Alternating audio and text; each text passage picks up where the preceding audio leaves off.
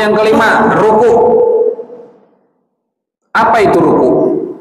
Secara umum, ruku itu adalah posisi cara kita dalam sholat membungkukkan tubuh kita dan meletakkan kedua telapak tangan kita di atas lutut. Ya, posisi ruku secara umum membungkukkan tubuh serta meletakkan kedua telapak tangan di atas lutut. Ada hadis Nabi Muhammad SAW, innal abda idza qama lis-sholati ata bidunubihi kulliha fawudi'at ala atiqaihi fakullama raka'a sajada tasaqatat anhu. Seseorang jikalau dia berdiri untuk sholat, maka semua dosa-dosanya didatangkan dan diletakkan di atas pundaknya. Tatkala fakullama raka'a sajada, maka tatkala orang tersebut ruku atau sujud, maka dosa-dosanya berjatuhan. Tuh. Orang lagi sholat nih, pas berdirinya dosa-dosanya ditaruh di sini semuanya nih. Lempengan ruku atau sujud, dosa-dosanya semuanya jatuh. Maka orang kelar sholat dosa-dosanya diampunin. Maka lagi sholat jangan bikin dosa lagi.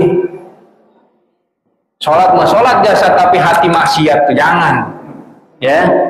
Nah, kembali kepada posisi ruku, secara umum membungkukkan badan kita dan juga meletakkan kedua telapak tangan di atas lutut. Itu posisi umumnya bagi orang yang normal. Ya, bagi orang yang normal. Sedangkan rukun ini, ruku memiliki 4 kewajiban. 1, musolli atau orang yang sholat yang berdiri membungkukkan tubuhnya jika mampu. Batas minimal sekiranya bagian dalam, nih bagian dalam, kedua telapak tangan yang ini, ya, kedua telapak tangan kita memegang kedua lutut. Jadi nggak cukup cuman sama jari-jari doang nih, megang lututnya nggak cukup begini doang, dipegang begitu tuh. Harus lempengan ini yang kena sama lutut. Ini lutut harus begini megangnya, nggak bisa begini nih. Ini megang lututnya begini, nggak boleh nih, harus begini. Jelas ya?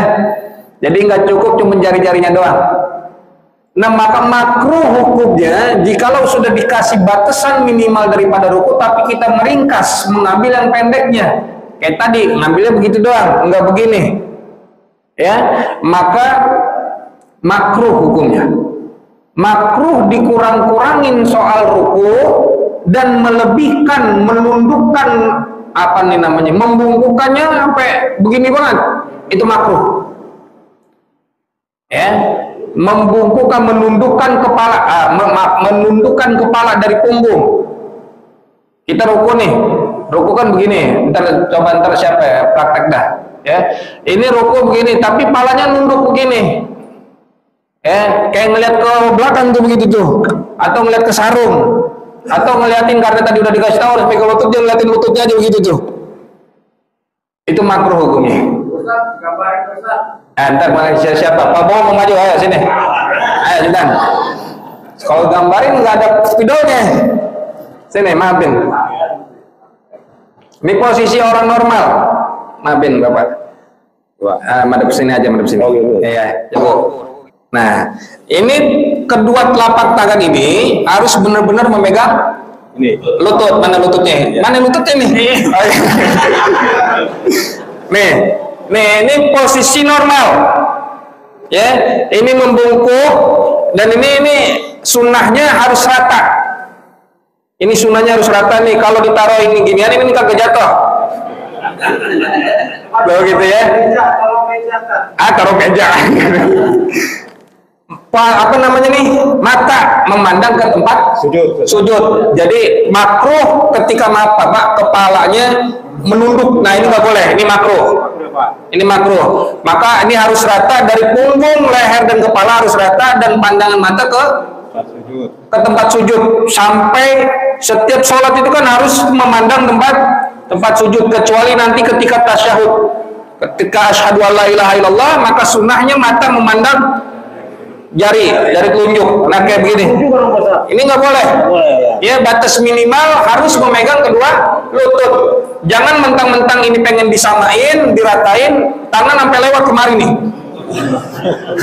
Nggak boleh. Minimal sampai lutut gitu ya Pak ya. Capek Pak ya? Udah cukup ya? Ya, makasih ya. Jadi begitu.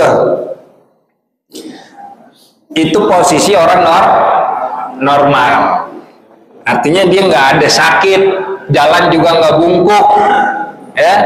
Maka posisi ruku yang sempurna bagi orang normal, ya, membuka dan merenggangkan jari-jari kita.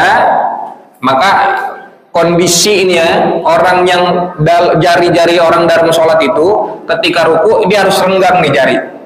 Megang lutut harus renggang dan menghadap kiblat. Pak Bung mau jalan lagi nggak?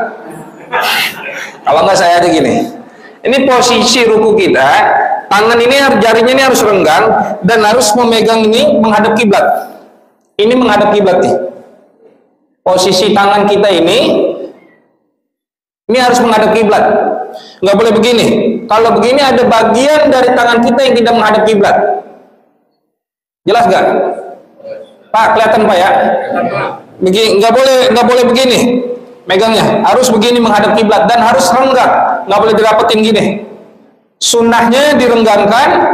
Nanti ada beberapa posisi jari kita kapan boleh dirapetin, kapan harus direnggangin. Kayak takbiratul ihram kan kemarin harus renggang. Begitupun saat ruku harus renggang, begini dan menghadap kiblat. Paham Pak ya? Nggak boleh begini ya. Apalagi begini nggak boleh. Harus semuanya menghadap kiblat. Jelas ya? Kalau nggak jelas terus saya maju lagi ya, Pak bawa lagi. Lanjut. Untuk ketika sejajar punggung kita bersama dengan kepala, sunnah juga ini menegangkan sikut, tangan kita terus menegangkan, bengkok enggak juga, ini itu posisi yang sempurnanya bagi orang yang normal. Catatannya begitu, bagi orang yang normal. Nah, makanya yang kedua di situ dituliskan, apabila musolli tidak mampu membungkukkan tubuh karena sakit, ya, karena sakit, misalkan dia jalannya juga udah bongkok, tuh ya. Atau dia jalan juga pakai perantara, pakai alat bantu, kalau mau duduk aja dia kudu bersandar di segala macam. Nah, maka posisi ruku dia sebatas mana dia bisa ngebungkuk, udah cukup segitu. Ya, misalkan dia memang di jalannya udah begini nih, bungkuk nih, ya, nggak tegak lagi. Ada nggak yang begini jalan nih? Nah, ketika ruku cukup untuk membungkukkan sedikit aja, agar membedakan mana berdiri mana ruku. Ya, kalau begini takutnya patah, nggak bisa balik lagi ntar. Ya, jadi cukup sekiranya sampai mana dia bisa ngebungkuk, disitulah batasannya. Minimal kedua telapak tangannya menyentuh lutut, udah itu aja. Ya, maaf, ada yang tangannya panjang misalkan, ya, atau kakinya panjang. Pokoknya dia maaf nggak normal. Minimal batasannya tangan, telapak tangan ini nyentuh lutut. Itu minimal. Ya, tapi dia nggak sampai bungkuk, ya minimal tangannya, karena tangannya panjang. Ya, kalau sampai dibungkukin banget sampai begini banget, sampai meletot tangan anda. Jelas ya? Jadi minimal kedua telapak tangannya menyentuh lutut. Itu minimal posisi ruku bagi orang yang maaf tidak normal. Nah, yang ketiga, apabila tidak mampu sama sekali untuk membungkukkan, memang dia udah nggak bisa sama sekali untuk membungkukkan tubuh, maka cukup berisyarat dengan mata dari posisi berdirinya dia. Atau ada posisi duduk. Kalau posisi duduk bagi orang yang sholatnya duduk, rukunya sampai mana Ustaz? Rukunya minimal dahinya sejajar dengan arah lutut. Kalau orang yang sholatnya duduk, selonjoran, telapak kaki menghadap ke kiblat. Ketika ruku, dahinya, jidatnya sejajar lurus dengan lutut. Jelas? Jelas enggak? Hah? Jelas ya? Yang keempat, menyengaja untuk ruku. Nah, menyengaja untuk ruku. Jadi rukunya juga pakai niat. Niatnya apa? Niatnya ruku. Jangan cuman pengen ngambil tisu di bawah, akhirnya dia ngebungkukin badan.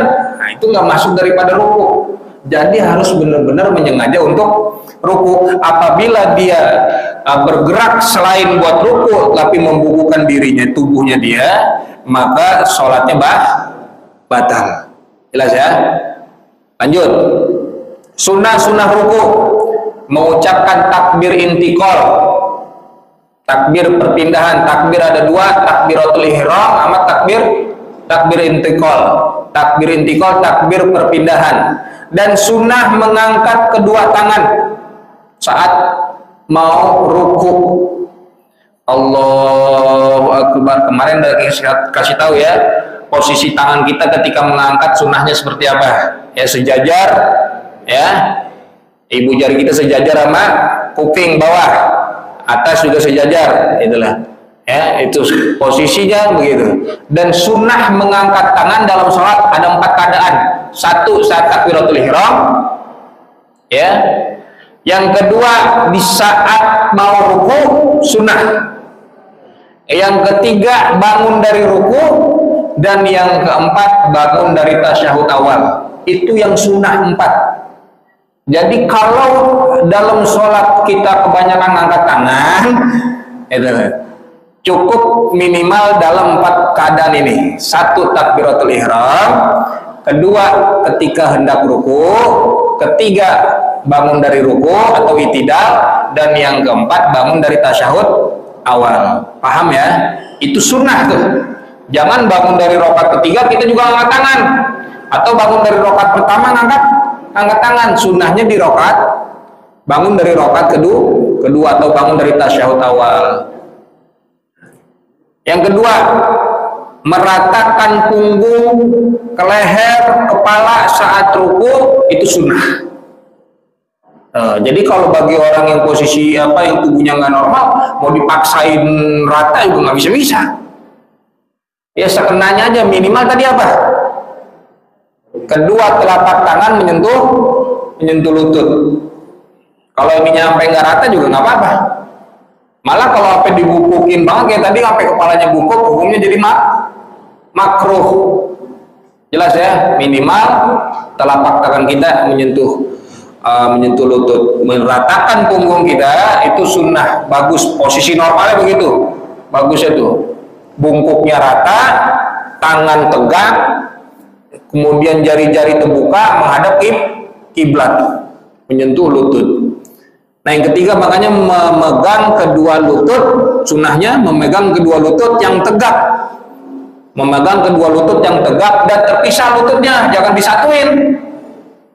Enak kencing kayak begitu, disatuin lututnya, lega, dipisah, ada kerenggangan, dan juga kedua telapak tangan terbuka dan menghadap kiblat. Itu sunnahnya tuh.